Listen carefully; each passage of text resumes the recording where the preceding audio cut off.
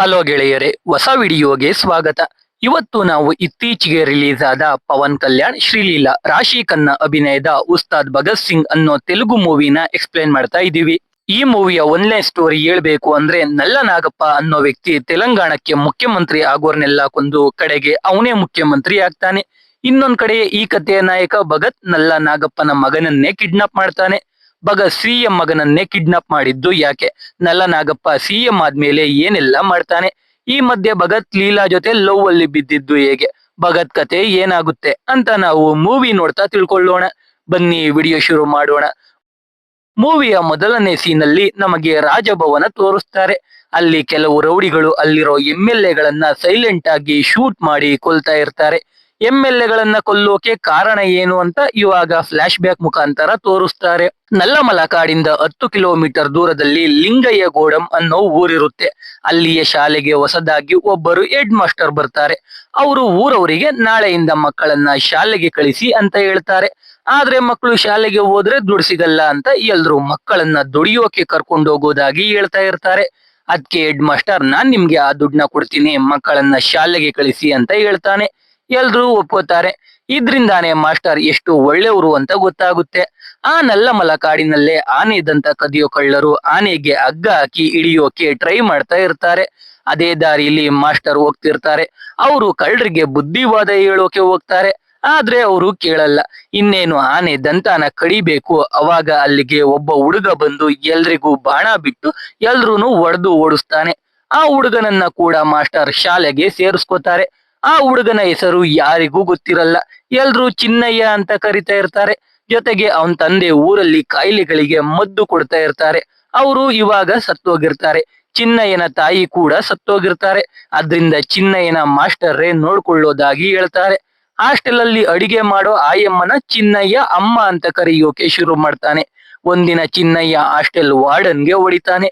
ಯಾಕಂದ್ರೆ ಈ ವಾರ್ಡನ್ ಆಯಮ್ಮ ಜಾಸ್ತಿ ಅಡಿಗೆ ಮಾಡ್ತಿದ್ದಾಳೆ ಅಂತ ಕೆಟ್ಟದಾಗಿ ಬೈದಿರ್ತಾನೆ. ಅದಕ್ಕೆ ಚಿನ್ನಯ್ಯ ವಾರ್ಡನ್ಗೆ ಹೊಡೆದಿರ್ತಾನೆ. ಈ ವಿಷಯ ಮಾಸ್ಟರ್ಗೆ ಗೊತ್ತಾಗಿ ಮಾಸ್ಟರ್ ವಾರ್ಡನ್ ಮೇಲೇನೆ ಆಕ್ಷನ್ ತಗೊಳ್ಳೋದಾಗಿ ಹೇಳ್ತಾರೆ. ಜೊತೆಗೆ ಚಿನ್ನಯ್ಯ ಯಾವಾಗ್ಲೂ ಭಗತ್ ಸಿಂಗ್ ಬುಕ್ಗಳನ್ನ ಓದ್ತಾ ಇರ್ತಾನೆ. ಅದಕ್ಕೆ ಮಾಸ್ಟರ್ ಚಿನ್ನಯ್ಯ ಹೆಸರನ್ನ ಭಗತ್ ಸಿಂಗ್ ಅಂತ ಚೇಂಜ್ ಮಾಡ್ತಾರೆ. ಚಿನ್ನಯ್ಯ ತಂದೆನ ಎಲ್ರು ಊರಲ್ಲಿ ಉಸ್ತಾದ್ ಅಂತ ಕರಿತಾ ಇರ್ತಾರೆ. ಅದಕ್ಕೆ ಚಿನ್ನಯ್ಯ ಅವನ ಹೆಸರನ್ನ ಉಸ್ತಾದ್ ಭಗತ್ ಸಿಂಗ್ ಅಂತ ಚೇಂಜ್ ಮಾಡ್ಕೋತಾನೆ.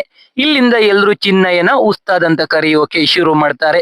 ಹೀಗೆ ಒಂದಿನ ಮಾಸ್ಟರ್ ಎಲ್ರಿಗೂ ಪಾಠ ಮಾಡುವಾಗ ಉಸ್ತಾದ್ ನ್ಯೂಸ್ ಪೇಪರ್ ಇಟ್ಕೊಂಡು ಓಡ್ ಬರ್ತಾನೆ. ಯಾಕಂದ್ರೆ ಮಾಸ್ಟರ್ಗೆ ಬೆಸ್ಟ್ ಮಾಸ್ಟರ್ ಅಂತ ಸ್ಟೇಟ್ ಅವಾರ್ಡ್ ಅನೌನ್ಸ್ ಮಾಡಿರ್ತಾರೆ. ಮಾರನೇ ದಿನವೇ ಊರಿಗೆ ಸಿಎಂ ಬರ್ತಾರೆ.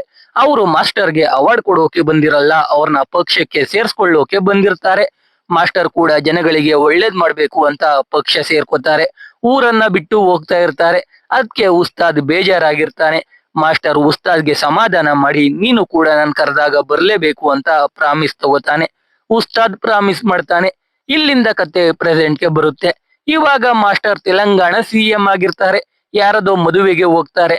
ಅವಾಗ ಅವರ ಮೇಲೆ ಅಟ್ಯಾಕ್ ಆಗುತ್ತೆ. ಮಾಸ್ಟರ್ನ ಆಸ್ಪತ್ರೆಗೆ ಸೇರಿಸ್ತಾರೆ. ಕಂಡೀಷನ್ ಕ್ರಿಟಿಕಲ್ ಆಗಿರುತ್ತೆ. ಅದಕ್ಕೆ ಮಾಸ್ಟರ್ನ ಟ್ರೀಟ್ಮೆಂಟ್ಗೋಸ್ಕರ ಸಿಂಗಾಪುರ್ಗೆ ಶಿಫ್ಟ್ ಮಾಡ್ತಾರೆ. ಇವಾಗ ಮಾಸ್ಟರ್ ಹುಷಾರಾಗೋವರೆಗೂ ಅವರ ಪಕ್ಷದ ಇನ್ನೊಬ್ಬ ಮಿನಿಸ್ಟರ್ನ ಸಿಎಂ ಮಾಡ್ತಾರೆ. ಪಾಪ ಅವನ್ ಕಾರ್ಗೆ ಲಾರಿ ಗುದ್ದು ಸತ್ತೇ ಹೋಗ್ತಾನೆ. ಇದೆಲ್ಲದರ ಹಿಂದೆ ನಲ್ಲನಾಗಪ್ಪ ಅನ್ನೋ ಮಿನಿಸ್ಟರ್ ಇರ್ತಾನೆ. ಅವನು ಸಿಎಂ ಆಗ್ಲೇಬೇಕು ಅಂತ ಸಿಎಂ ಆಗೋರ್ನೆಲ್ಲ ಕೊಲ್ತಾ ಇರ್ತಾನೆ. ಆದ್ರಿಂದ ಎಲ್ರಿಗೂ ಸಿಎಂ ಆಗೋಕೆ ಭಯ ಆಗ್ತಾ ಇರುತ್ತೆ. ಕಡೆಗೆ ನಲ್ಲನಾಗಪ್ಪನನ್ನೇ ಸಿಎಂ ಮಾಡ್ತಾರೆ.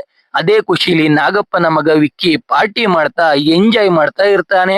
ಅವಾಗ ವಿಕ್ಕಿಗೆ ಸಿಂಗಯ್ಯ ಅನ್ನೋ ವ್ಯಕ್ತಿ ಕಾಲ್ ಮಾಡ್ತಾನೆ. ಈ ಸಿಂಗಯ್ಯ ನಲ್ಲಮಲ ಕಾಡಲ್ಲಿ ಮರ ಸಾಗಾಣಿಕೆ, ಗಾಂಜಾ ಸಾಗಿಸೋದು, ಈ ರೀತಿ ಇಲ್ಲೀಗಲ್ ಕೆಲಸ ಮಾಡ್ತಾ ಇರ್ತಾನೆ. ಜೊತೆಗೆ ಸಿಎಂಗೆ ಹತ್ತಿರದ ವ್ಯಕ್ತಿಯಾಗಿರ್ತಾನೆ. ಅದಕ್ಕೆ ಸಿಂಗಯ್ಯ ವಿಕ್ಕಿಗೆ ಕಾಲ್ ಮಾಡಿ, ಸಿಟಿಲಿ ಮಾಡೋ ಪಾರ್ಟಿಗಿಂತ ಕಾಡಲ್ಲಿ ವೈಲ್ಡ್ ಆಗಿ ಪಾರ್ಟಿ ಮಾಡ್ಬೋದು ಬಾ ಅಂತಾನೆ.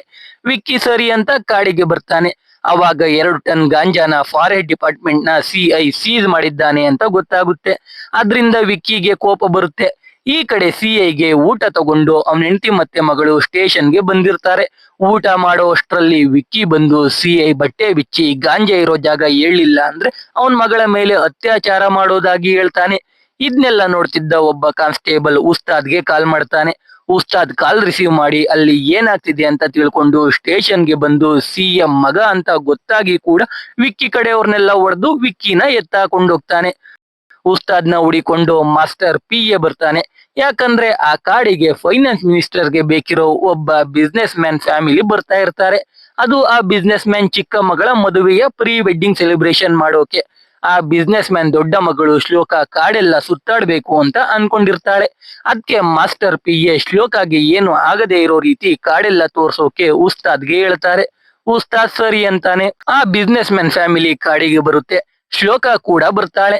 ಶ್ಲೋಕ ಗೋಪಿ ಅನ್ನೋ ಹುಡುಗನ ಜೊತೆ ಬ್ರೇಕಪ್ ಮಾಡ್ಕೊಂಡಿರ್ತಾಳೆ. ಅದಕ್ಕೆ ಒಬ್ಬ ಸೈಕಾಲಜಿಸ್ಟ್, ಒಬ್ಬ ಥೆರಪಿಸ್ಟ್ ಅವಳಿಗೆ ಗೋಪಿನ ಮರೆಯೋಕೆ ಸಹಾಯ ಮಾಡೋಕೆ ಯಾವಾಗ್ಲೂ ಶ್ಲೋಕ ಜೊತೆನೆ ಇರ್ತಾರೆ. ಶ್ಲೋಕ ಹಿಂದೆನೆ ತಿರುಗ್ತಾ ಇರ್ತಾರೆ. ಈ ಕಡೆ ನಾಗಪ್ಪ ಅವನ್ ಮಗ ವಿಕ್ಕಿ ಕಾಣಿಸ್ತಾ ಇಲ್ಲ ಅಂತ ಸಿಂಗಯ್ಯಗೆ ಕಾಲ್ ಮಾಡ್ತಾನೆ.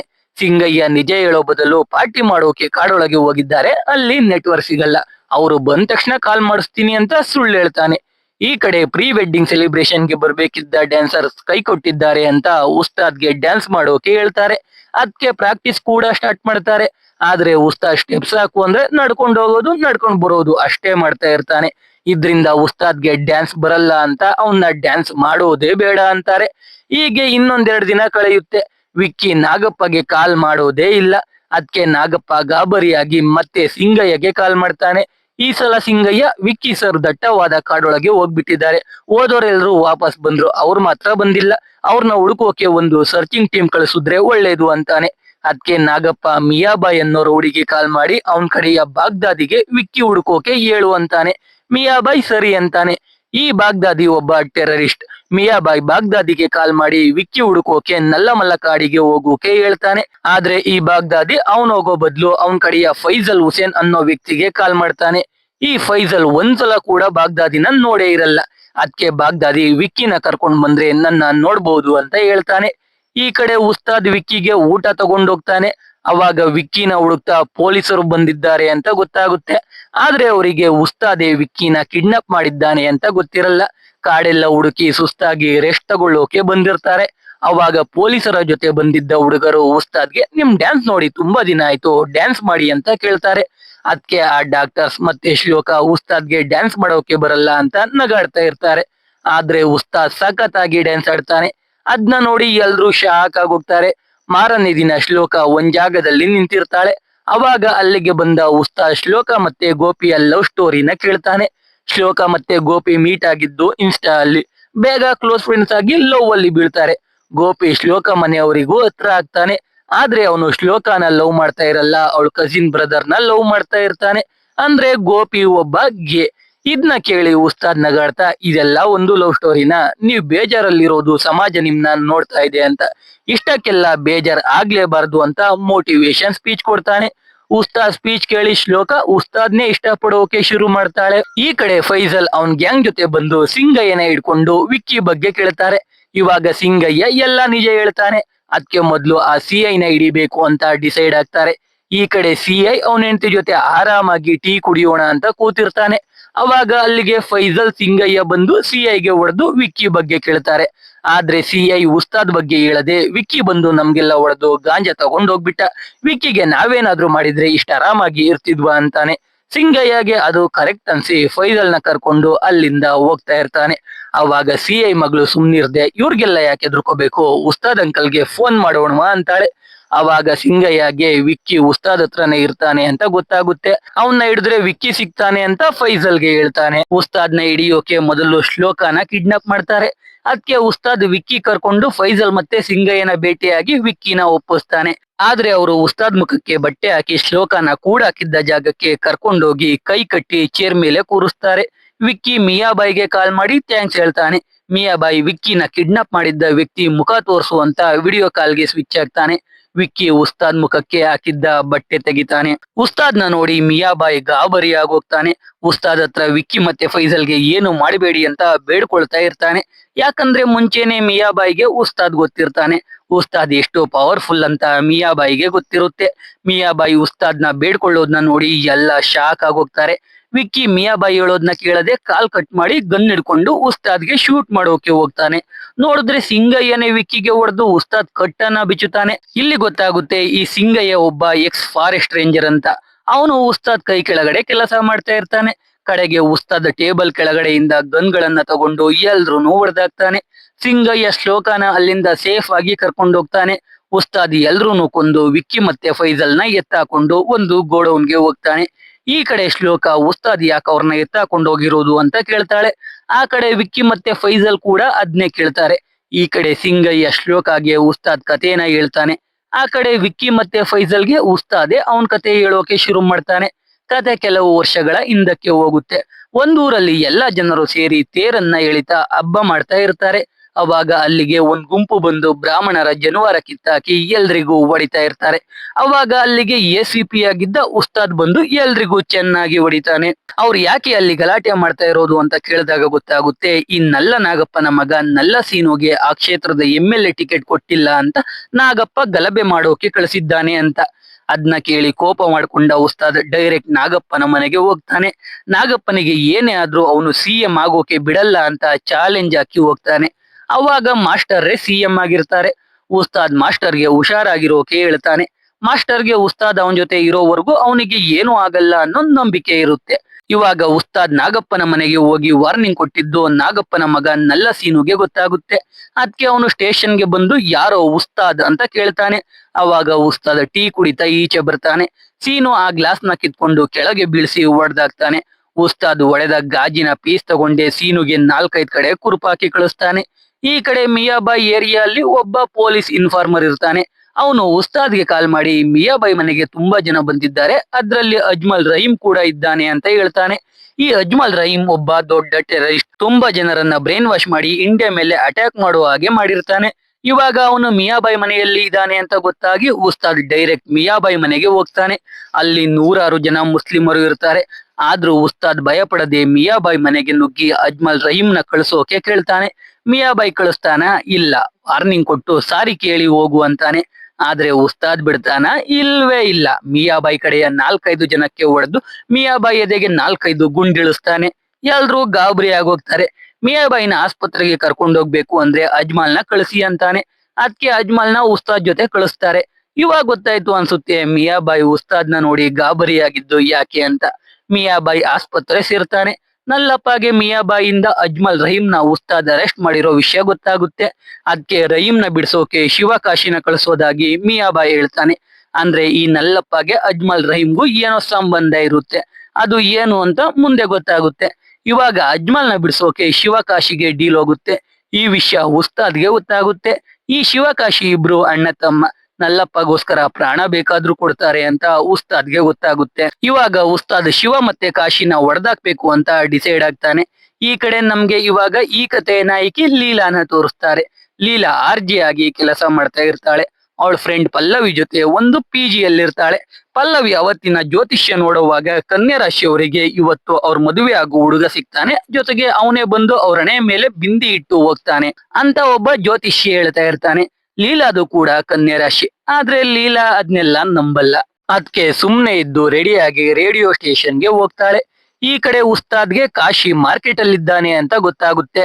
ಉಸ್ತಾದ್ ಪೊಲೀಸ್ ಫೋರ್ಸ್ ನ ಕಳಿಸ್ತಾನೆ. ಆದ್ರೆ ಕಾಶಿ ಅವರಿಂದ ತಪ್ಪಿಸ್ಕೊಂಡು ಲೀಲಾ ಇದ್ದ PGಗೆ ಹೋಗ್ಬಿಡ್ತಾನೆ. ಅಲ್ಲಿಗೆ ಉಸ್ತಾದ್ ಬರ್ತಾನೆ. PG ಯಲ್ಲಿರೋ ಎಲ್ಲಾ ರೂಮ್ಗೂ ಹೋಗಿ ಒಬ್ಬ ಟೆರರಿಸ್ಟ್ ಬಂದಿದ್ದಾನೆ, ಹುಷಾರಾಗಿರಿ ಅಂತ ಹೇಳ್ತಾ ಇರ್ತಾನೆ.